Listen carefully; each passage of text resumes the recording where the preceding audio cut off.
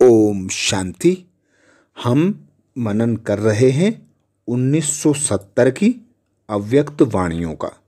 बाप दादा ने अव्यक्त वाणियों द्वारा हमें संपूर्ण संपन्न बनाने के लिए दादी गुलजार जी के तन का आधार लेकर जो महावाक्य सुनाए। 9 दिसंबर 1970 के महावाक्यों का मनन करेंगे।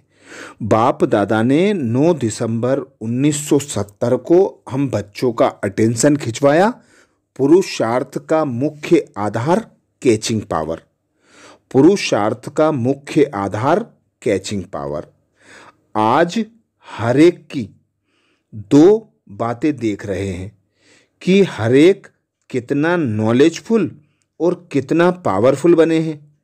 उसमें भी मुख्य कैचिंग पावर हरेक की कितनी पावरफुल है, यह देख रहे हैं। पुरुषार्थ का मुख्य आधार कैचिंग पावर है।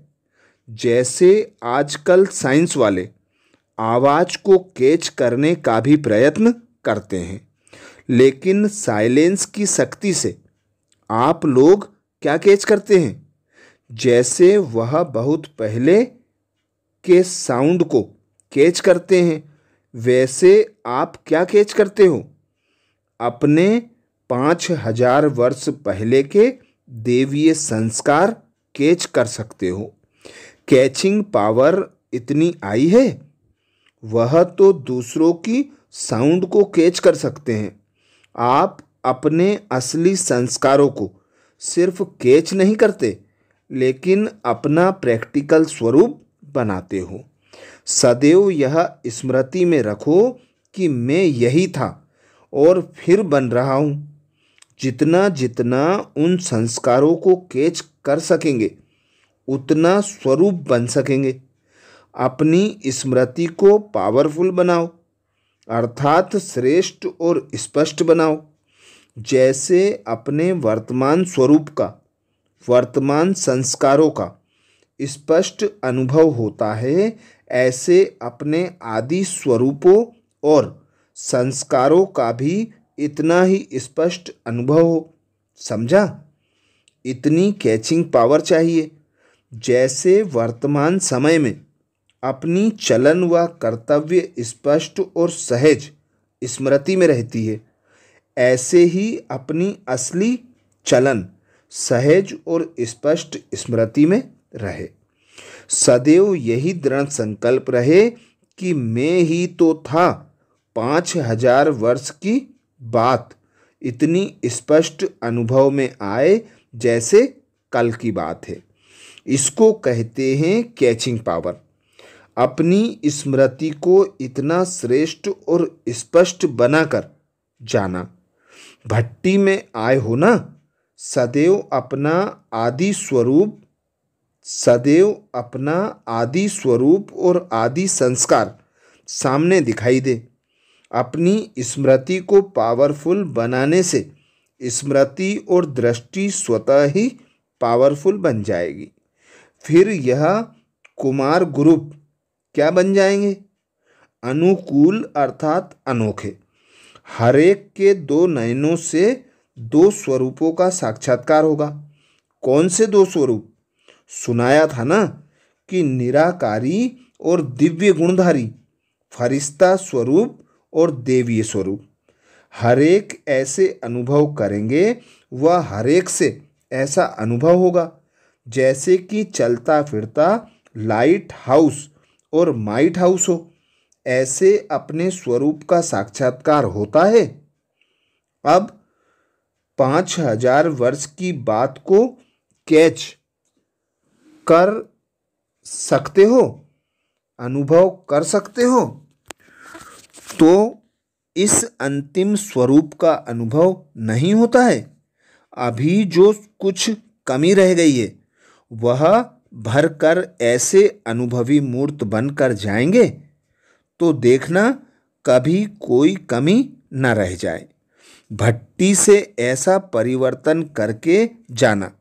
जैसे कभी कभी सतयुगी आत्माएं जब प्रवेश होती हैं तो उन्हों को इस पुरुषार्थ जीवन का बिल्कुल ही नॉलेज नहीं होता। कभी कभी सतयुगी आत्माएं जब प्रवेश होती हैं तो उन्हों को इस पुरुषार्थी जीवन का बिल्कुल ही नॉलेज नहीं होता। ऐसे आप लोगों को कमजोरियों और कमियों की नॉलेज ही मर्ज हो जाए। इसके लिए विशेष इस ग्रुप को दो बातें याद रखनी है।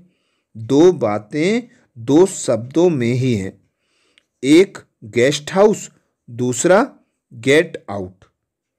एक गेस्ट हाउस, दूसरा गेट आउट, अर्थात बाहर निकालना है और आगे के लिए अंदर आने नहीं देना है। दूसरा, इस पुरानी दुनिया को सदैव गेस्ट हाउस समझो, फिर कभी कमजोरी व कमी का अनुभव नहीं करेंगे। सहज पुरुषार्थ है ना, इस ग्रुप को कमाल कर दिखानी है। इसलिए सदैव लक्ष्य रखना है कि अब फिर 21 जन्म के लिए रेस्ट करना है, लेकिन अभी 1 सेकेंड में भी मनसा वाचा कर्मणा सर्विस से रेस्ट नहीं, तब ही वेस्ट बनेंगे। समझा? क्योंकि यह है hard worker group. Hard worker group में रेस्ट नहीं, कभी रेस्ट नहीं करता और वेस्ट नहीं करता। इसलिए इस हार्ड वर्कर ग्रुप व रूहानी सेवाधारी संगठन को सेवा के सिवाय और कुछ सूझे ही नहीं। यह है नाम का काम। यह भी याद रखना, सेवा प्रति स्वयं को ही ऑफर करना है, तब बाप दादा से आफरीन मिलेगी। हार्ड वर्कर व रूहानी सेवाधारी ग्रुप को सदैव यह स्लोगन याद रखना है, सामना और समाना। समाना और सामना करना हमारा निशाना है। यह है इस ग्रुप का स्लोगन।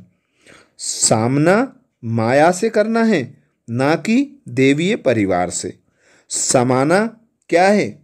अपने पुराने संस्कारों को समाना है। नॉलेजफुल के साथ साथ पावरफुल भी बनना है, तब ही सर्विसेबल बनेंगे।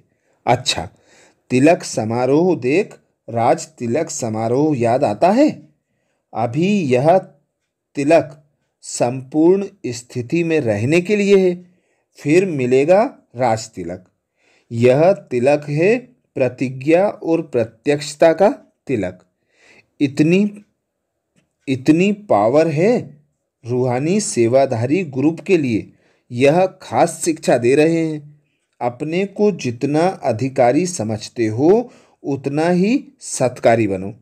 पहले सत्कार देना, फिर अधिकार लेना। सत्कार और अधिकार दोनों साथ साथ हों। अगर सत्कार को छोड़ सिर्फ अधिकार लेंगे तो क्या हो जाएगा? जो कुछ किया वह बेकार हो जाएगा। इसलिए दोनों बातों को साथ साथ रखना है। अच्छा, ये थे बाबा के 9 दिसंबर 1970 के महावाक्य। ओम शांति।